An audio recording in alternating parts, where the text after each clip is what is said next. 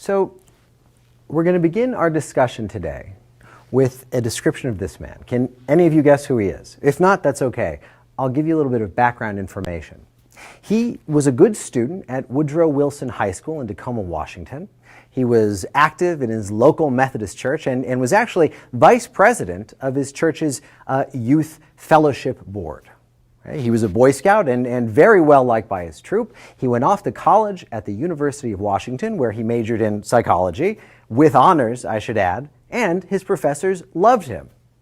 People described him as a very good and conscientious young man. He actually worked part-time at a local area suicide hotline, trying to help out those who were in trouble and in need. And he even worked as an office manager at the office of his state's local Republican Party. Now, despite this very busy schedule, he still found the time to kidnap, bludgeon, rape, torture, and strangle to death as many as 70 young women in the 1970s. Does that background information help? Can any of you guess who he is? If you guessed Ted Bundy, then that's your A for today. Now, does he look like a psychopath to you? He's a good-looking guy. He's a smooth talker, very charming, highly intelligent. He looks pretty normal, right? So much so that this is what the judge who sentenced him to death had to say about him at his trial. So this is the judge. He said, "It is ordered that you be put to death by current of electricity, that current be passed through your body until you are dead. But take care of yourself, young man. I say that to you sincerely. Take care of yourself, please. It is an utter tragedy for this court to see such a total waste of humanity as I've experienced in this courtroom." He was talking, mind you, not about Ted Bundy, but not about the victims, the many victims, but about the waste of Ted Bundy's life. Okay? "You are a bright young man. You'd have made a good lawyer, and I would have loved to have you practice in front of me. But you went another way, partner. Take care of yourself. I don't feel any animosity toward you at all. I want you to know that. And once again, take care of yourself." Now, what could have possibly possessed the judge, who had just seen some of the most gruesome and graphic evidence in the history of modern criminal law, to say such oddly warm and kind things about this man?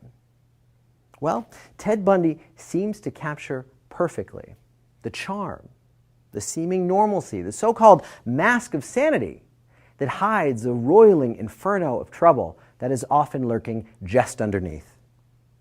So, what is this thing, this thing we call the psychopath? There's a lot of confusion and misinformation about what psychopathy is and is not, and so we'll take a moment to dissect this mysterious creature. We can think of psychopathy as a collection of related traits and behaviors, and these are often broken down into two distinct dimensions. The first of these is an emotional, interpersonal dimension. Psychopaths are glib and superficial. They're egocentric and grandiose. They lack remorse, guilt, and empathy. They are deceitful and very manipulative, and they seem to have what some have described as just a very shallow emotional experience. On the other hand, psychopaths show dramatically deviant antisocial behavior. Right? They're very impulsive. They have poor behavioral controls. They show a tremendous need for excitement, and they lack responsibility. They have behavioral problems that show up very early in life, and of course, have high levels of adult antisocial behavior. So that, in a nutshell, is what psychopathy is. Obviously, we'll dig deeper on that and unpack that a little bit more in a moment, but before we go further, it's useful to contrast it with what it is not. And the crucial point that I want to make here is that psychopathy is not the same thing as antisocial personality disorder as assessed by the DSM. So let's take a look at the diagnostic criteria for antisocial personality disorder, or APD, and we'll contrast them with what I've just described are the core features of psychopathy. Okay, so to get a diagnosis of APD, you have to have three or more of the following. You have to commit crimes, you have to lie, you have to be impulsive, you have to get into fights, you have to be reckless, irresponsible, or lack remorse. Okay? So remember, with the DSM, this is an all or none thing. There's no dimensionality, no shades of gray. You either have it or you don't. Right? All you need are just any three of these criteria. You meet criteria if you're someone who gets into fights, is impulsive, and commits crimes. That's it. Those three alone will qualify you for a diagnosis of antisocial personality disorder. It doesn't matter which crimes. It can be drug possession. It can be shoplifting, right? All the way up to assault and murder. And let's contrast that with the key features of psychopathy. Right? Remember, we have these emotional and interpersonal elements of psychopathy, in addition to the antisocial lifestyle components. So what we have here is a comparison of the diagnostic criteria of antisocial personality disorder on the right with the key symptoms of psychopathy, both the emotional interpersonal facet and the antisocial lifestyle facet. Now, what becomes readily apparent here is that APD maps pretty well to the antisocial behavioral features of psychopathy, but very poorly to the emotional and interpersonal facets. And so there are two takeaway points here. First, while most psychopaths are going to meet criteria for APD, the overwhelming majority of people who meet criteria for APD are not psychopaths. And that's because APD is fundamentally a diagnosis of criminality. Remember, the DSM is concerned primarily with reliability, which is why it focused on the most readily observable symptoms in constructing this diagnosis. Crime, impulsivity, fighting, all of those are observable, and this lends itself nicely to good inter-rater reliability. But being manipulative, glib, lacking empathy, that stuff is hard to operationalize, and so the creators of the DSM essentially just ignored them. And this graph here really demonstrates these 2 points nicely. Okay, so the square is the entire pool of criminal offenders in this country, right? Of those, upwards of about 80% are going to meet criteria for APD, while a smaller proportion, somewhere around 25%, are psychopaths. And this highlights the idea that what we're really picking up on with the APD diagnosis is just a propensity to commit crimes. Now, check out the overlapping circles. This demonstrates the other point pretty well. You can see that while most of the psychopaths would meet criteria for APD, most of the APD folks are not psychopaths. And so this brings us to our next problem. You can look through all 943 pages of the DSM and never once find the word psychopathy, which means that we're off the reservation. So pack your bags, hombres. We're heading into uncharted waters. What do we do without our psychopathological life preserver? Where do we look for guidance? Well, we look to two men, the grandfather and father of psychopathy research. Interest in psychopathy as a disorder really began in the 1940s when an Atlanta psychiatrist named Hervey Cleckley wrote one of the single most extraordinary books in the canon of psychopathology. It was called The Mask of Sanity. In it, he described a very curious group of patients who had symptoms unlike he'd ever seen before. They lied constantly, but to no real end. They almost lied just for the sake of lying. Now, they committed all manner of crimes, from petty theft to burglary and assault, and were often found to have conned large sums of money from family, friends, and strangers alike, always under false and in fact, often preposterously false pretenses. Now, this antisocial behavior was what Cleckley termed inadequately motivated. There was no need for it, right? The things that these people were getting out of these crimes, they weren't things that were desired by these people. Most of these people were upper middle class suburban individuals who didn't really want for anything materially. Right? They also didn't have any delusions. They had no hallucinations or any other signs of psychosis for that matter. A lot of them, as I said, came from really good homes. They were loved by their parents. They had all of the trappings of post-war upper middle class Atlanta life. They were, by all outward appearances, totally normal, but when you scratched the surface, there was no there. Now, one of his patients, who he termed Roberta, is a really good example of this. Roberta was a 20-year-old woman who had been, for the last 12 years or so, slowly destroying her family with her behavior. She'd stolen tens of thousands of dollars from friends, from parents of friends, from friends of parents, and so forth, either through direct theft or often by clever lies and manipulation. She'd been kicked out of 5 schools for truancy, passing bad checks, and being found in flagrante delicto, as we say, with dozens of boys and men.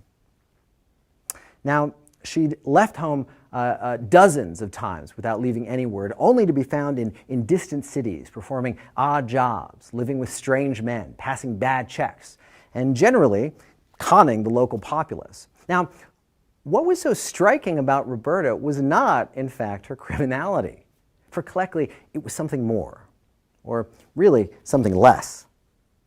When he really examined her emotional experience, it seemed as though she and others of this breed could pantomime emotion, they could convey emotion, but it was only skin deep. As Cleckley put it, when it came to emotion, these people understood the words, but not the music. Now, Cleckley was so perplexed by the behavior of these patients and of others that he wrote a whole book about them, these psychopaths and their mask of sanity.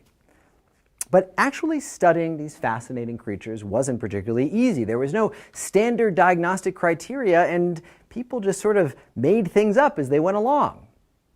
And it was this lack of standardization and lack of reliable measures that really held the field back for about 40 years or so, until this man, Bob Hare, came along and devised the instrument that is today considered to be the gold standard of psychopathy assessment. It's called the PCLR. Now, Bob was a newly minted psychologist in the Canadian prison system when he started working with these people in the early 1960s, these criminal offenders who were unlike any other criminal offenders that he'd ever known before. He started coming across prisoners who looked very much like the people that Cleckley was talking about, and like all of us who study psychopathy, became instantly and irrevocably obsessed with this population. He craved to know what made them tick, but there was little to no good research at the time. And he recognized that this lack of a good assessment measure was stymieing the field. And so he rolled his own and created the Psychopathy Checklist, or PCL, which has been revised once and is called the Psychopathy Checklist Revised, or PCLR. And that's the gold standard measure that we still use today. The PCLR is comprised of 20 items, each of which is scored from 0 to 2. To get the score, you need two things. First, a structured clinical interview, which is pretty standard. And second, which actually was Hare's genius move, you need an extensive review of file material, such as court records, charging documents, prior psychiatric evaluations. Any guesses as to why this step is required? If you answered that it's because psychopaths are incredibly unreliable narrators of their own history, then that's your A for today.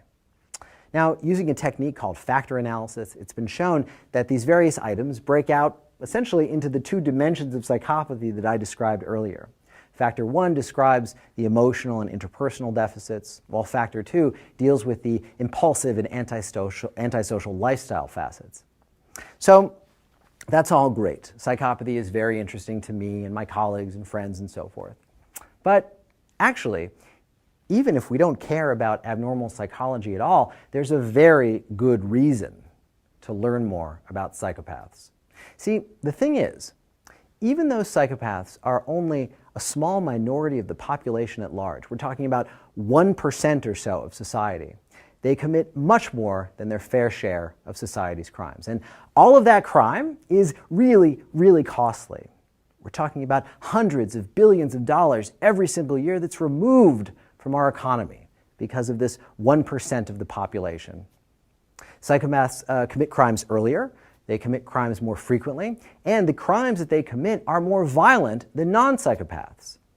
And they're much more likely to commit new crimes when they're released from prison. In fact, psychopathy is one of the single best predictors of who is likely to reoffend once they've been released from prison. And because psychopathy is so strongly linked to crime, the PCLR is being used more and more during things like bail hearings and parole hearings. But let me show you what I mean by that. All right, so if we take a group of 1,000 or so inmates, and they're about to be released from prison, and we give them the PCLR. Based on those scores, we split them up into three groups, right? The people who are the highest psychopaths, right, who score the highest on the PCLR, a sort of middle psychopathy group, and a low psychopathy group, right? Then we just sit back and we track each one.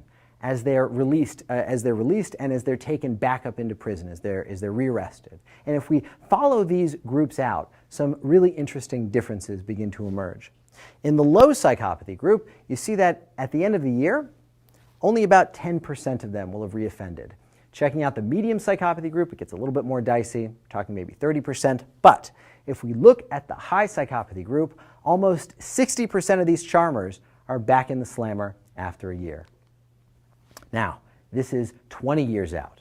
And we're looking now not just at recidivism, not just at committing any crime to get you back in jail, but at violent recidivism. It's not just enough to commit a crime, it has to be a violent crime. So looking out to about 10 years, we see that nearly 80% of the psychopaths will have committed a violent crime. Following it out to the full 20, we see that nearly all of our guys, we're talking 95% here, have done a bad thing that's gotten them locked up again. All right, so let me now run some numbers by you that should keep you up at night. We currently have 2 million people incarcerated in this country. Let's be conservative and say that only 20% of them are psychopaths. So this means that there are about 400,000 psychopaths in the prisons right now, hanging out, lifting weights, waiting to be released. Now we know that violent recidivism rates for psychopaths reach upwards of 80%. So what we have here is a sort of ticking time bomb of violent crime. This is obviously a very bad situation, and we need to figure out what to do about it. We need to find ways to treat these people. Except there's sort of a problem. And the problem is treatments just don't work very well. Actually, it's worse than that. I'll show you what I mean by that here. Say that we take a group of violent inmates and we give them the usual course of therapy in prison, typically some form of group-based behavioral therapy. Now, looking at the non-psychopaths, so far, so good. Okay? We see well, I'm going to show you, I'm not going to be able to show you the bars here, but what I'll tell you is that we see something incredibly striking when we compare the non-psychopaths and the psychopaths with respect to their levels of violent recidivism and stratify them outwards according to who has and who hasn't received treatment. So for the criminal offenders who receive that standard course of treatment, they're actually much less likely to reoffend than the people who didn't receive that treatment. But if we look at the psychopaths, we see a very disturbing trend emerge. If we look at the psychopaths and we compare the people who received treatment in prison versus those who didn't receive treatment in prison, we see that the people who receive treatment actually get worse. They become more likely to violently reoffend once they've been released. Right? So what do we do? In order to better prevent and treat any kind of psychopathology, we absolutely have to have some sense of causality. We have to understand mechanism. We have to understand etiology and pathophysiology. We need to understand what it is that's going on in the brain that's producing these symptoms. Otherwise, we're just not going to be able to develop the kind of effective treatments that are going to prevent these people from going out and committing lots and lots of crime. Now, when we look at antisocial behavior generally, we see that there's moderate heritability. We're talking about 50% of the population variance in antisocial traits and behaviors that's accounted for by genetic factors. So that's antisocial behavior generally, essentially the DSM-4 diagnosis of APD. But a really interesting thing happens when we look at psychopathy, especially the emotional and interpersonal deficits of psychopathy, right? The stuff that really distinguishes psychopathy from APD. All right, a little bit of background on what I'm about to show you here. When we talk about psychopathy in children and adolescents, there's a number of really good reasons, like the possibility of stigma and the potential unreliability of PCLR criteria in kids, why we don't diagnose psychopathy in children. We just don't do it for a number of very good reasons. But that said, you can still see many of the core trait patterns in kids as young as 5. When we talk about the kind of factor 1 traits in kids, we call them callous, unemotional traits. And they're things like not showing feelings or emotions, ignoring people who are hurt and upset, not expressing remorse, having only a few friends, being unkind to younger children, and so forth. And antisocial behavior, the more factor 2 dimension, is also measurable in kids. And we can assess this by looking to see if a child is incredibly disobedient, often has temper tantrums, fights with or bullies other children, lies and cheats, and steals from home, school, and elsewhere. So when we look at these two facets separately in kids, we see something very interesting begin to emerge regarding their heritability. Looking at the callous, unemotional traits alone, we see actually very high heritability, upwards of 70%.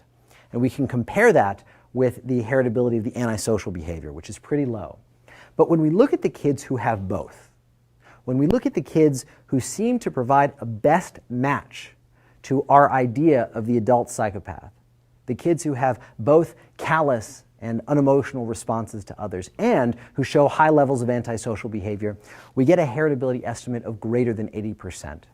And this makes psychopathy potentially one of the most genetically driven disorders in all the forms of psychopathology that we know about. Okay, so we know from these data that there's a huge genetic component that drives risk for psychopathy. Now, of course, environment plays a role as well. There's a consistent gene-environment interaction in determining all kinds of behavior, and psychopathy is no exception. But we know that genes are involved, and so our next question is, how exactly are these genetic factors expressing themselves? What are the mechanisms through which these psychopathy risk genes affect brain function and cognition to make them so damn susceptible to bad behavior? In what follows, I'm going to outline the 2 or 3 primary hypotheses about what is wrong with psychopaths. Generally, these break down into 2 competing accounts. On the one hand, some people believe that psychopathy represents a breakdown in the normal mechanisms through which emotions like fear, anxiety, and empathy are generated. We call this a bottom-up approach because the fundamental assumption is that emotions drive behavior from the bottom up. We see an emotionally meaningful stimulus in our environment, we generate a physiological response to that stimulus, and that physiological response in turn drives our cognitions and our behavior. For bottom-up approaches, it's this basic emotional response that's lacking in psychopaths. On the other hand, some people believe that psychopaths can actually do an okay job of generating emotions under the right circumstances. But because of abnormalities in the way that they focus their attention, these emotional signals just aren't able to drive behavior in a way that they would for anybody else. So essentially, top-down models suggest that psychopaths can generate emotional signals, but that these signals have a tendency to be either overridden or ignored because of a broken attentional system. Now, these 2 models make very different predictions about emotional responsiveness in the psychopaths. The bottom-up model makes a lot of sense, right? A guy like Ted Bundy, take him for example. He seems to obviously lack some very critical emotional piece. Bottom-up models suggest that there's just absolutely no circumstance in which a psychopath will be able to generate a true, appropriate emotional response because the brain systems that are involved are just, well, broken. Now, one of the first bottom-up models was called the low fear hypothesis.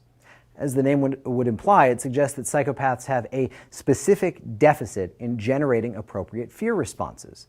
This hypothesis came out of a series of studies showing that psychopaths have lower physiological responses when anticipating things that should induce fear in people like you or me. For example, if you take a bunch of healthy people, of controls, and you tell them that every time they see a red square on their computer, they're going to get shocked or have a really unpleasant, loud blast of noise. Whenever they see that red square, they're going to start sweating, right? Their heart rate's going to go up. They're going to wince, which you can see as movement in the muscles around the eyes, called the orbitalis muscles. But if you take these same measurements in psychopaths, they're as cool as a cucumber. They don't really sweat, their heart doesn't race, and they don't flinch, right? So this is evidence that psychopaths are unresponsive to cues that are predictive of punishment. Normal people, when they see these cues, they generate these physiological responses, and those aversive physiological responses are what drive them to avoid the thing that's predicted by the cue. And you see the same thing, too, when you look at psychopaths' responses to punishment. Say that you make a task where a person has to pick between 2 random shapes, a circle and a rectangle. You tell them this, you don't tell them this ahead of time, but 75% of the time when they choose a circle, they're going to get punished with a shock. But they only get punished 10% of the time when they choose a square. If you have them do the task over and over and over and over again, most people will learn to avoid the circle and mostly just choose the square. Right? This is just basic operant conditioning. They learn to choose the square because they've associated the negative experience of the shock with the circle, and whenever they're about to pick the circle, their brain generates a warning signal that basically says, hey, wait a minute, stop, that's that bad thing from before. And you see that same pattern of sweating, heart rate increase, and eye muscle movement. Well, guess what? You don't see that stuff in psychopaths. They don't really show these physiological signals, right? They don't seem to learn from punishment. And for the low fear people, this was evidence that there was just something that's fundamentally broken in the way that psychopaths learn about and generate physiological responses to bad things or aversive stimuli or punishment in their world. Right? If these people can't learn from punishment, then punishment or the threat of incarceration, which is in some ways an ultimate punishment, shouldn't have any effect on their future behavior. So the low fear model was around for a long time, but not everyone loved it. Some people felt that it didn't do a great job of explaining the kind of interpersonal aggression that you often see in psychopaths. They thought that low fear could explain a lot of the criminality, a lot of the risk-taking, but it didn't account for how psychopaths could just ignore the fear, the pain in another person's eyes and go on hurting them. And so, strangely enough, one guy named James Blair turned to dogs. James was a neuropsychologist who, for some reason, knew a ton about dogs. And he knew that there was this funny thing about dogs. When two dogs are fighting, and one of the dogs is just getting their ass kicked and is about to get really hurt, all that dog has to do is assume a submissive posture, like the one shown in the picture on the left here. And the other dog will just leave it alone. And he called this process, where one dog stops attacking after he sees another dog's submission cues, he called that a violence inhibition mechanism. So Blair thought, maybe humans have something equivalent. Maybe things like sad and fearful facial expressions are the human equivalents of these canine submission cues. And maybe it's the case that psychopaths, for some reason or another, are unable to recognize or process these cues. So for Blair, the bottom-up emotional response that was broken in psychopaths wasn't necessarily fear. It could be extended to the kind of automatic emotional responses that naturally occur when we see other people in fear or in pain. And it's the absence of these automatic responses, thought Blair, that could explain why psychopaths are just so callous, aggressive, and capable of these unspeakable crimes. And there is actually something to this. Quickly, I'm going to go through each of these faces, and I'm betting that if I asked you, each of you could tell me what each of these faces means, what it is emotionally that this person is experiencing in each quadrant of this square. And this task is called an emotional face recognition task. And when you look at face emotion recognition in psychopaths, they really suck at it. And they're the worst of all for fearful and sad faces. This would be consistent with the idea that psychopaths show high aggression and low empathy because they're not able to accurately read the kind of emotions that might otherwise inhibit aggression and spur empathic feelings. And so the other thing about this model that's been borne out by some data now is that psychopaths are also emotionally tone deaf. They can't distinguish well between fearful, sad, and neutral tones of voice. All right, so we have evidence so far that psychopaths have lower physiological responses to fear, that they don't show fear conditioning, and that they have trouble recognizing fearful and sad facial expressions. And as it happens, we know that certain brain systems seem to be really important for regulating and representing negative emotional states, brain systems involving regions like the amygdala and the medial prefrontal cortex. So it might stand to reason that dysfunction in this corticolimbic circuit could account for at least some of the deficits that we see in psychopaths. And in fact, people with damage to these regions show many of the same deficits in physiological responses to fear-evoking stimuli and punishment. They don't show fear conditioning, and they also have a hard time identifying emotional facial expressions. So people like Blair and others thought, hey, maybe psychopaths have some kind of amygdala damage too. And it turns out this was not a bad guess. when you give psychopaths tasks like punishment learning tasks and emotion recognition tasks, and you put them in the scanner to measure their brain activity, you actually do see lower levels of amygdala reactivity to these very aversive stimuli in psychopaths compared to non-psychopaths. Right? So it looks as though the amygdala and the medial prefrontal cortex are abnormally unresponsive to these kinds of stimuli that would normally make them go crazy. Why could this be? As it turns out, when you dig a little bit deeper, you see that the brains of psychopaths appear to develop in a very abnormal way. First, the size and the shape of the amygdala is bizarre. It's small and oddly shaped. So these size and shape differences may be one contribution. And on the right here, what I'm depicting is differences in the way that these two regions are wired together in psychopaths. When we look at brain connectivity, we see striking differences in the degree to which these regions can talk to one another. So it looks like these two regions, which normally interact to produce adaptive, emotion-based decision-making, essentially become uncoupled somewhere in the brain development of psychopaths.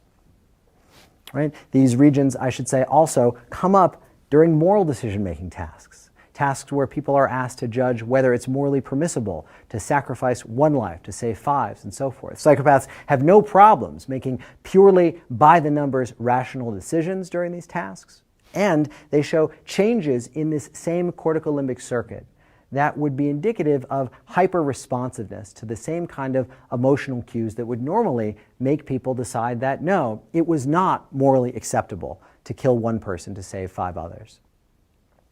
So all of that would seem to be pretty compelling evidence for the bottom-up hypothesis of emotional dysfunction in psychopaths, except for one thing.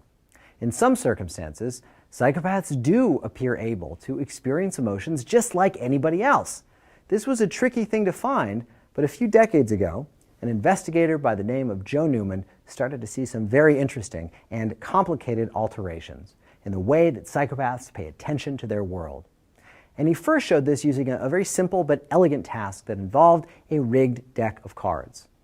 Subjects were given a computerized deck of 100 cards that had been arranged so that 9 of the first 10 cards were face cards, 8 of the next 10 cards were face cards, 7 of the next 10 face cards, and so forth. And they were told that each time they turned over a face card, they would get a point if it was a face card. Each time they turned over a card, they would get a point if it was a face card, and lose a point if it was just a regular old number card, a non-face card. Right? And they could end the game at any time. So participants were just given this deck and told them to play until they felt like giving up. Now, as you would imagine, players earned points easily at first. But as the odds worsened, as you got later and later in the decks and there were fewer and fewer face cards, non-psychopaths noticed. And when they noticed, they stopped playing, usually after about 50 cards. Psychopaths, on the other hand, kept playing until the deck was almost finished and their winnings had essentially vanished. And after many, many studies that looked at this phenomenon, it became incredibly clear that psychopaths are just exceptionally good at paying attention to whatever they're currently focused on.